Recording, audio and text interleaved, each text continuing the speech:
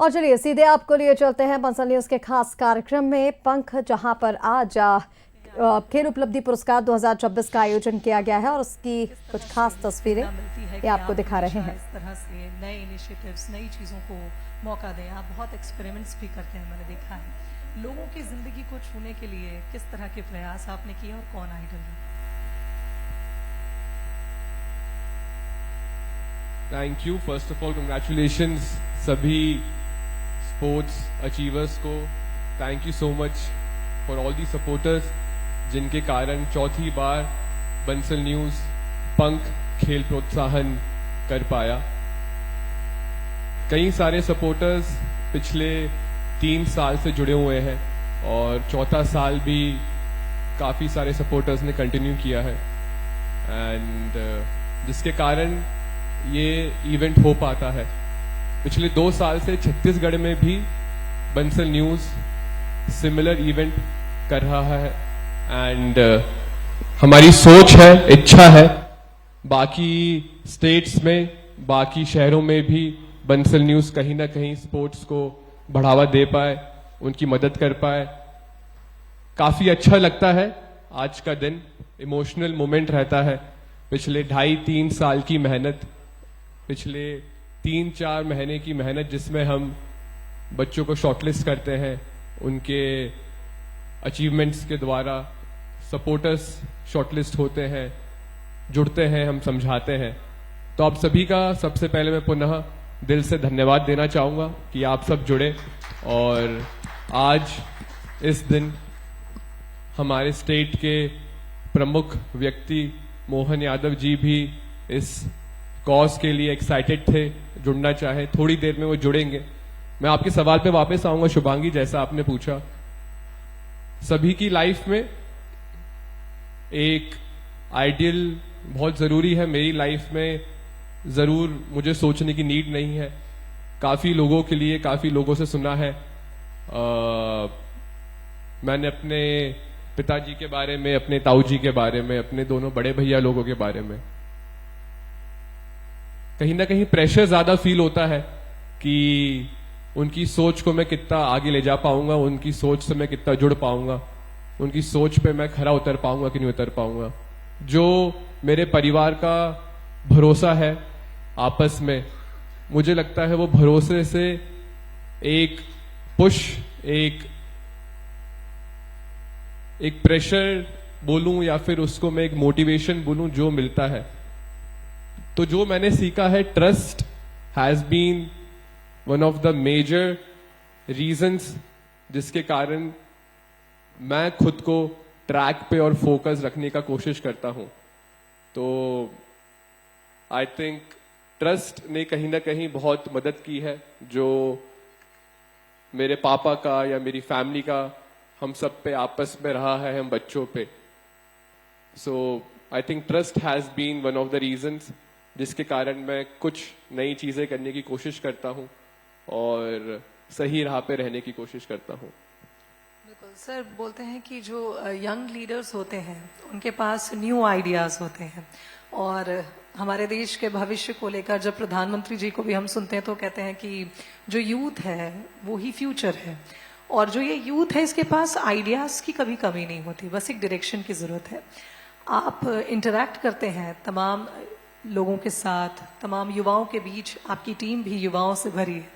तो किस तरह से आपको लगता है कि इन आइडियाज को डायरेक्शन देने के लिए आप उन्हें समझते भी हैं? क्या आप कनेक्ट कर पाते हैं? क्योंकि जनरेशन को लेकर एक बहुत बड़ा टैबू आजकल है। Gen Zs, they have different aspirations, they have different goals, but they need results very fast. तो क्या कहना चाहेंगे? यंग माइंड्स हमारे साथ भी मौजूद हैं आज।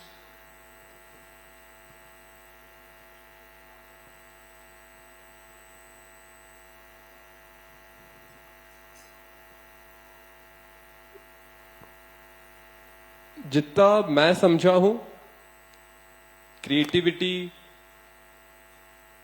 कहीं ना कहीं कंपटीशन से बढ़ रही है।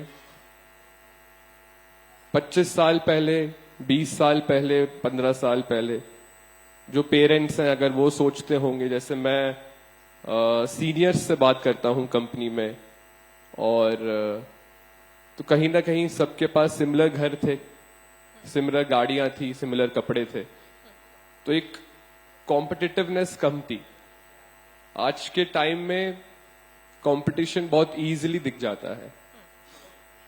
पहले ब्रांड्स कम थे, ब्रांड्स हर चीज में है, जैसे छोटी चश्मा कौन सी कंपनी का पहना है, पेन कौन सी कंपनी का जेब में रखा है, कौन सी कंपनी की शर्ट है। तो प्रोग्रेस भले ही गलत लगता है सुनने में, लेकिन प्रोग्रेस कहीं ना कहीं कंपटीशन से होती है।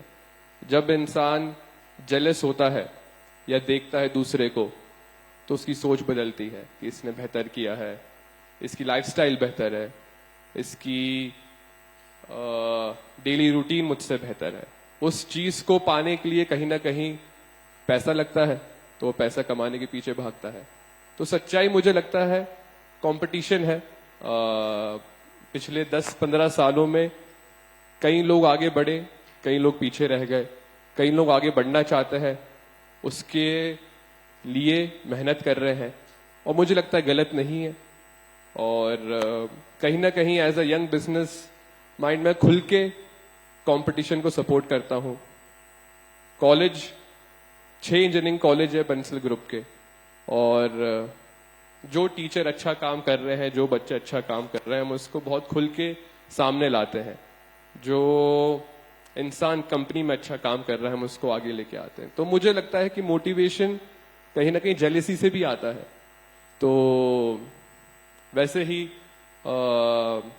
मुझे लगता है इंटरनेट इंडिया में 10 से 15 साल पहले आया, उसके पहले इंटरनेट नहीं था। जब मैं 8th क्लास में था, जब इंटरनेट नहीं था इतना अच्छा, 10th में धीरे धीरे प्राइस कम हुए, तो मुझे लगता है जब से दिखना चालू हुआ है आपस में क्या चल रहा है, और जब से लोगों को पता पड़ रहा है कि बाकी इंडस्ट्री में क्या चल रहा है, बाकी एज ग्रुप्स में क्या चल रहा है, तो लोगों ने खुद को पुश करना स्टार्ट किया है।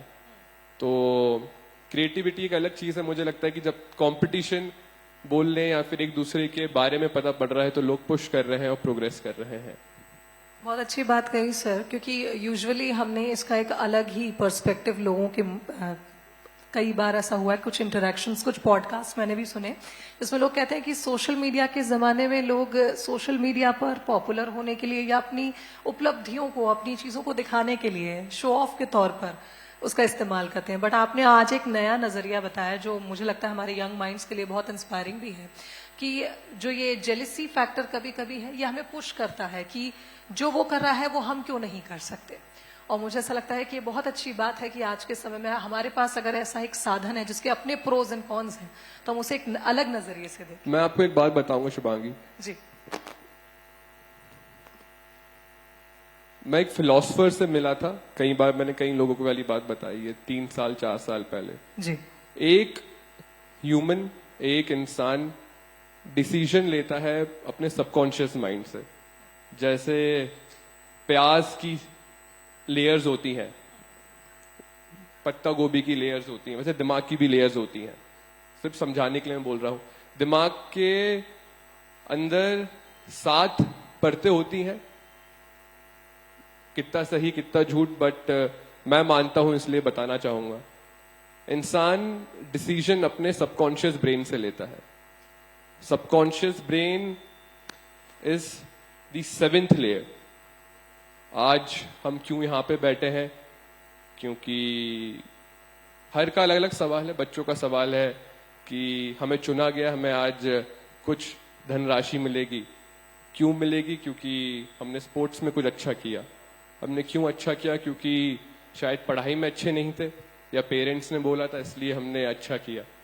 पढ़ाई में क्यों अच्छे नहीं थे? क्योंकि स्कूल हमारे एरिया। तो ऐसे करके अपन किसी भी प्रैक्टिस जो आप एज अ ह्यूमन करते हैं, उसका जो 7वां आंसर होता है, दैट्स द एक्चुअल रीजन कि आप वो प्रैक्टिस क्यों कर रहे हैं। तो मुझे लगता है everyone should decode themselves in life. 7th या 6th आंसर जो होता है, that is the major reason why we perform any activity. So decoding yourself is very very very important. 7th answer अपने लाइफ के बारे में, खुद के बारे में आप लोग जानिए, समझिए, ताकि एक क्लैरिटी रहे, एक सच्चाई आपको पता रहे कि आप एक्चुअल इंसान कैसे हैं। मुझे मेरी लाइफ का जो 7th आंसर मिला वो बहुत डिफरेंट था और मैं खुद तो कुछ और मानता था। मैं बताऊंगा नहीं, लेकिन मेरा 7th आंसर ने कहीं ना कहीं मुझे काफी क्लैरिटी दी है लाइफ में।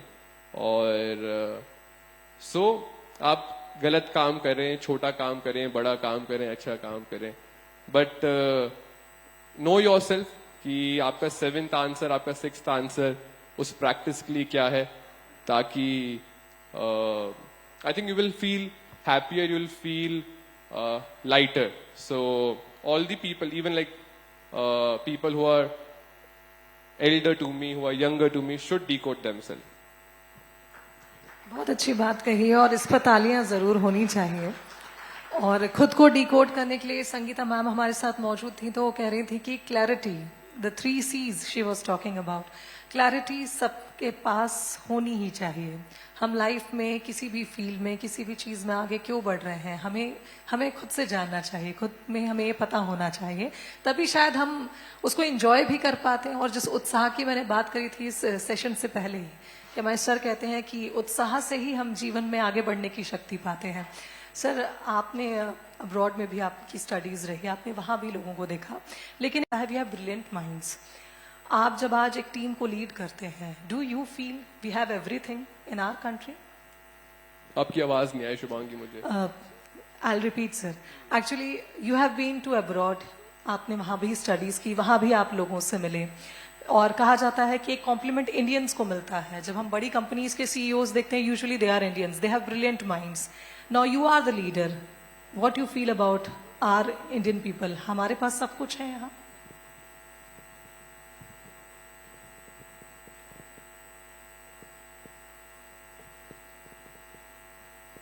एज पर डेटा अपन लोग नहीं हैं बहुत ज्यादा एजुकेटेड। अगर मैथ्स की बात करें, फिजिक्स की बात करें, केमिस्ट्री की बात करें, तो सारे डेटा में अपन 200 से 300 नंबर के बीच में आते हैं। और यूएस, यूरोप, अदर कंट्रीज जो डेवलप्ड हैं वो टॉप 3, टॉप 4 में आती हैं। तो as per data we are intelligent and I think वो सच्चाई भी है, वो कोई झूठ नहीं है, उसको मानना चाहिए। और ये सोशल मीडिया या फिर गवर्नमेंट के प्रोपेगेंडा बोल सकते हैं या टैबू बोल सकते हैं, जो कहीं ना कहीं बोलते हैं कि India as a country is very very smart, very intelligent, वो सच्चाई नहीं है। And because I been to US, मैंने पढ़ा हूँ, फॉर्चुनेटली मैं जा पाया। एंड तो हाँ, वो लोग समझदार बोल सकते हैं, उसका भी एक साइकिल है। छोटे शहरों में, टियर 4, टियर 5 सिटीज में, जब मैं स्कूल में था भोपाल में 2 या 3 सीबीएसई स्कूल्स थे। आज के टाइम पे 15 से 20 सीबीएसई स्कूल्स हैं। हो सकता है बघेलखंड, बुंदेलखंड, छोटे शहरों से, डिस्ट्रिक्ट से आप लोग आए हैं, वहां पे 1 या 2 सीबीएसई स्कूल से आने वाले 5-6 साल में बढ़ जाएंगे। तो वो एक साइकिल है, जैसे जैसे क्वालिटी ऑफ एजुकेशन बेहतर होती जा रही है, कंट्री प्रोग्रेस कर रही है, तो एजुकेशन में भी एज इंडिया हम आगे बढ़ेंगे। और क्योंकि पॉपुलेशन ज्यादा है, इसलिए उसमें से नंबर ऑफ इंटेलिजेंट पीपल ज्यादा निकल के आ जाते हैं, जो कहीं ना कहीं बाहर जा पा रहे हैं। तो I think that's much more towards the data in numbers की 160 करोड़ लोगों में से ज्यादा सीईओज होना या फिर ज्यादा मैनेजमेंट रिप्रेजेंटेटिव्स होना दूसरी कंट्री में, उसके कारण ज्यादा है, rather than considering ourselves that we are very intelligent. मुझे लगता है कि इस सेशन के बाद काफी इंस्पायरिंग वर्ड्स जैसे सर ने, और एक नया पर्सपेक्टिव मैं कहूंगी सोशल मीडिया को लेकर जो सर ने दिया, हमारे यंग जितने भी यहाँ पर प्लेयर्स हैं उन्हें काफी मोटिवेट भी करेगा। और एक यंग लीडर को सुनना, हमारे जनरेशन से जुड़े हुए लीडर को सुनना, मुझे लगता है आजकल ज्यादा पसंद भी बच्चे करते हैं। सर, बहुत शुक्रिया आपका, बहुत धन्यवाद। एक चीज मैं और बोलना चाहूंगा शुभांगी की, मैं अपनी गवर्नमेंट को या फिर सिस्टम को क्वेश्चन नहीं करता हूं। एंड एक कंट्री का बेसिक इकोसिस्टम है जिसके द्वारा अपन प्रोग्रेस कर रहे हैं. I was reading the amount of scholarship Indian government is putting in for all the students जो इंजीनियरिंग में या दूसरे कॉलेजेस में पढ़ रहे हैं. 21,000 बिलियन ईयरली की स्कॉलरशिप गवर्नमेंट दे रही है पढ़ाई के लिए. आने वाले सालों में कम भी करेगी जब उनको लगेगा कि एक स्टैंडर्ड ऑफ एजुकेशन बेटर हो गया है. ऐसा नहीं है कि पैसे नहीं है, पैसे हैं, पर इन्वेस्ट कहां पे करना है वो सोच के कर रही है. स्पोर्ट्स जरूरी है, पर हाल फिलहाल इंडिया के लिए बहुत जरूरी नहीं है. हेल्थ जरूरी है, आयुष्मान स्कीम आप लोग को पता होगा. एजुकेशन जरूरी है, इंफ्रास्ट्रक्चर जरूरी है. इन्वेस्टमेंट कहां पे जरूरी है उसके अकॉर्डिंग इन्वेस्टमेंट हो रहा है. पहले मैं सोचता था टूरिज्म पे इन्वेस्ट नहीं करती गवर्नमेंट, अपने पास बहुत ज्यादा टूरिस्ट प्लेसेस नहीं है. और सो चेरी ऑन द टॉप जो फैंसी इन्वेस्टमेंट्स है किसी के वो आएंगे, पर हो सकता है धीरे धीरे आए, लेट आए. सो आई वुड से कई बार मैंने देखा है छत्तीसगढ़ का मुझे पंख इवेंट याद है. Students sports players were not very happy कि हमारे डिस्ट्रिक्ट में ये चीजें नहीं है, हमारे डिस्ट्रिक्ट में ये वाले इंफ्रास्ट्रक्चर नहीं है. बट एक बार मुझे लगता है कि आप लोग अगर थोड़ा सा न्यूट्रल होकर ध्यान देंगे दैट गवर्नमेंट के फंड्स कहां पे रिलीज होते हैं, तो मुझे लगता है कि वो एक ईज जरूर देता है ब्रेन को कि ऑन अ बिगर पिक्चर जो इन्वेस्टमेंट्स गवर्नमेंट भारत सरकार कर रही है मेरे ख्याल से लॉन्गर रन के लिए सही है और ज्यादा वाजिब है. Thank you.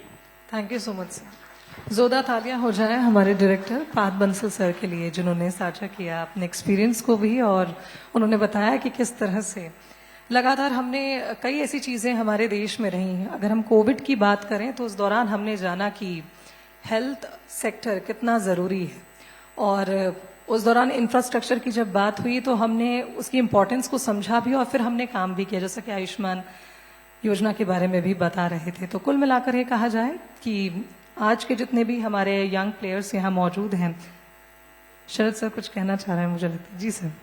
जी, मेरा ये कहना था सर, जब कोविड का वक्त आया हम सभी ने देखा कि हेल्थ कितनी जरूरी है और इस इंफ्रास्ट्रक्चर पे काम करना कितना जरूरी है. हमारा एक प्रोग्राम था थैंक यू डॉक्टर. उस दौरान हमने इस चीज को डिस्कस भी किया था उन तमाम मेडिकल फील्ड से जुड़े लोगों से कि अब तक भारत में शायद इतना इंपॉर्टेंस इस फील्ड को नहीं दिया गया था, लेकिन एक महामारी आती है और हमें एक रियलिटी चेक देती है कि हम कहाँ पर हैं, और उसके बाद जिस तरह से इस पर काम हुआ है ये काबिले तारीफ भी है और हमें मोटिवेट भी करता है कि उन तमाम सेक्टर्स को हम मजबूत करें हमारे देश के, जो कहीं ना कहीं हम इंपॉर्टेंस नहीं देते आए हैं, लेकिन वक्त हमें समझाता है कि हर एक फील्ड की कितनी जरूरतें हैं और क्या इंपॉर्टेंस होनी चाहिए. जी सर. बिल्कुल ठीक बात है. पार्थ जी ने जैसा कहा कि इम्पॉर्टेंट चीज ये है कि हमारा देश, पहले तो हमें ये समझना होगा कि हमारा देश एक किस तरह का देश है, हमारी प्रायोरिटी क्या है. ये बहुत ही इंपॉर्टेंट सवाल है. कई बार जब मैं यूएस से मेरे दोस्त आते थे तो अपने छोटे बच्चों के लिए वो कहते थे कि नहीं, उनका बहुत जल्दी बीमार पड़ जाते हैं. फिर वो बताने भी लगते थे कई बार कि गोबर उन्होंने सड़क पर नहीं देखा है, उन्होंने सड़क पर गंदगी नहीं देखी है. तो मुझे ऐसा लगता था कि क्या हम, एक अजीब सी तुलना दिमाग में आती थी कि हम अमेरिका कब हो जाएंगे. ऐसा नहीं होता. जनरेशन चेंज होती है.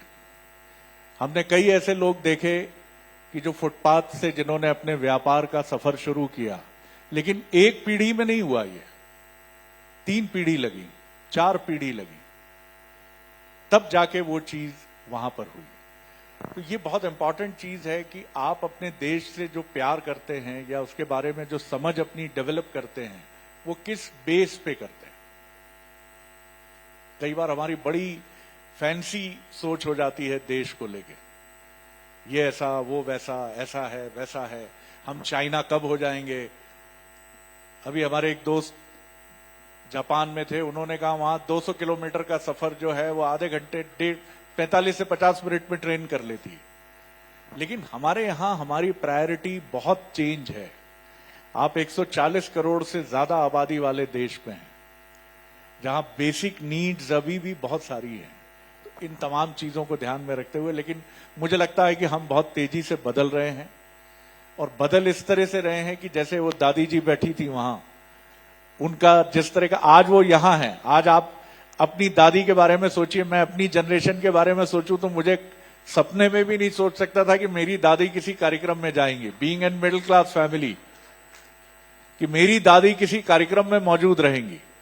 इवन मम्मी का जाना बहुत बड़ी बात हो जाती थी कि मम्मी गई हुई हैं आपके एनुअल डे, स्कूल में आपका एनुअल डे है और आपकी मम्मी बैठी हुई हैं।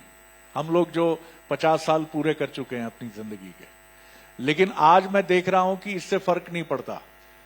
मैं एक बार दिल्ली से फ्लाइट लेके आ रहा था, तो रक्षाबंधन का समय था और पटना भी जा रही थी फ्लाइट। तो मैंने जिन लोगों को देखा, मुझे गर्व हुआ कि वहां पर सर पे गठरी रखे हुए लोग थे और वो आवाज दे रहे थे, बुला लो माई को, अब बैठ जाए यहां थोड़ी देर बैठे। मुझे बिल्कुल नहीं, ये नहीं कि कुछ लोग हो सकता है कि इस पे नाक बहुत सिकोड़े, लेकिन मुझे बहुत अच्छा लगा। मैंने हवाई चप्पल में फ्लाइट में लोग देखे। मैं रायपुर से बस्तर जा रहा था, 2000 रुपए की फ्लाइट रहती है, तो मैंने देखा कि हवाई चप्पल में बैठे हुए लोग थे, शर्ट आउट करके पूछ रहे थे एयर होस्टेस से, बता दीजिए ये डी किधर मिलेगा, ई किधर है, तो 19 में बैठ जाएं। मुझे बहुत अच्छा लगा, क्योंकि मेरी भारत की जो कल्पना है वो इसी भारत की कल्पना है कि जब एक हवाई चप्पल वाला भी फ्लाइट में बैठेगा, हमारे बगल बैठेगा, तभी तो भारत पूरा होगा। क्योंकि कैपिटलिस्ट इकोनॉमी की जो बात होती है कि वो यही कहती है कि चीजें कुछ लोगों के हाथ में रहें, लेकिन हम जैसा सोचते हैं, और जैसा मैडम मालपानी को हमने सुना, उन्होंने जो कोशिश की, आखिर ये भी एक बड़ी बेहतरीन चीज है कि दूसरों के लिए करने में जो सुख है। आप भी पेरेंट हैं, अपने बच्चे के लिए जब आप कुछ करते हैं, तालियां होनी चाहिए इनके लिए, आपको जो खुशी मिलती है, जिसको कहते हैं ना आपकी जॉय ऑफ गिविंग, जॉय भी हमारे बीच में है। जब आप किसी के लिए कुछ करते हैं तो एक खुशी मिलती है आपको। आप याद कीजिए ना, आप सड़क पर एक स्ट्रीट डॉग होता है और आपने ब्रेड ली और उसको देखी, और वो जिस कृतज्ञता से आपको देखता है दुम हिलाते हुए, कुत्ते भी मुस्कुराते हैं लेकिन अपनी पूंछ से, है ना। मतलब मैं तो कई बार मुग्ध हो जाता हूं उनकी पूंछ और उनकी आंखें आपको देख करके, मालिक क्या गजब किया, मालिक आपने ब्रेड दे दी, 2 दिन से कुछ नहीं मिला मालिक। ये जो भाव है, और उस भाव में आप डूब जाते हैं। अब वो खुशी जो मिली वो कुत्ते, स्ट्रीट डॉग और आपकी आंखों में है। आप दुनिया भूल गए थोड़ी देर के लिए कि अभी क्या पंगा था, अभी क्या करना है, बस आप दोनों के बीच में कम्युनिकेशन हो रहा है। इसको महसूस करना बहुत जरूरी है, इसके आनंद को समझना बहुत जरूरी है, क्योंकि ये चीज जब आप समझेंगे तब आप आगे बढ़ेंगे। तो कोशिश हम सबको करनी चाहिए कि जिंदगी में थोड़ा सा ये मदद करने का एटीट्यूड हम रखें। बहुत जरूरी है ये चीज। मैंने कई लोगों को देखा बैंक में जो रेगुलर जाते हैं रिटायरमेंट के बाद, कि फॉर्म भरने में जिनको दिक्कत है। अब आप कहिए ये कौन सा काम है, लेकिन है एक काम कि उन्हें अंग्रेजी समझ में नहीं आ रही तो वो बता रहे हैं कि ये पूछ रहे हैं, आपको ये करना है। तो ये जो चीजें हैं हमारी जिंदगी का हिस्सा होना। में से कई लोगों के चेहरे पे मैं देखता हूं, माफ कीजिएगा, एक उदासी होती है, एक ऊब होती है। मैं एयरपोर्ट्स पे सबसे ज्यादा ऊबे हुए लोग मुझे एयरपोर्ट्स पे मिलते हैं। वो अपने मोबाइल में जबरन अपने को व्यस्त रखते हैं बस पूरे टाइम। कपिल शर्मा बहुत अच्छे से इसको बता पाता, उसके शो में कभी मिलेंगे तो मैं उनको सजेस्ट करूंगा। पूरे समय आप उनसे कुछ पूछेंगे भी, हाँ, ऐसे देखेंगे आपको कि जैसे आपने कोई अपराध कर दिया, उनसे कुछ पूछ लिया। तो मुझे बहुत याद आता है वो ट्रेन का सफर जब हम छोटे थे और पूरा डब्बा जो है एक फैमिली में बदल जाता था। कि हमारे पास पूड़ी है तो वो कहते थे हमारे पास मेथी का अचार है, खाएंगे आप। अब ये नई जनरेशन को तो पता ही नहीं होगा, अब तो ये है कि जहर खुरानी है, पता नहीं क्या खिला दे, कुछ गड़बड़ ना हो जाए, लूट ना ले। Society is becoming a very complex, एक बहुत जटिल होती चली जा रही है सोसाइटी। आप भी महसूस करते होंगे, हम जब छोटे थे, यानी ये मैं बात आपको बता रहा हूं अर्ली 90s की, तो हर मोहल्ले में एक राजू भैया होते थे। ये सबसे बड़े बदमाश होते थे राजू भैया। शराब वो पिए, लड़कियों पर भी छेड़छाड़ के आरोप लग जाते थे, सिगरेट वो पीते थे। लेकिन मोहल्ले का कोई दूसरा बच्चा अगर राजू भैया को दिख गया कि वो सिगरेट पी रहा है, या वो किसी शराब की दुकान पर या कहीं भांग घोटे के ठेले के सामने खड़ा दिखा, तो राजू भैया उसकी आफत कर देते थे। चल घर चल, तेरे पिताजी के पास लेके चलता हूं। लिटरली वो आदमी हाथ घसीटते हुए घर ले जाके खड़ा कर देता था। आज मैं देखता हूं कि आपको इसमें ज्यादा खुशी मिलती है कि बगल कौन रहता है, आई डोंट नो, मुझे नहीं मालूम, वो भी कोई बहुत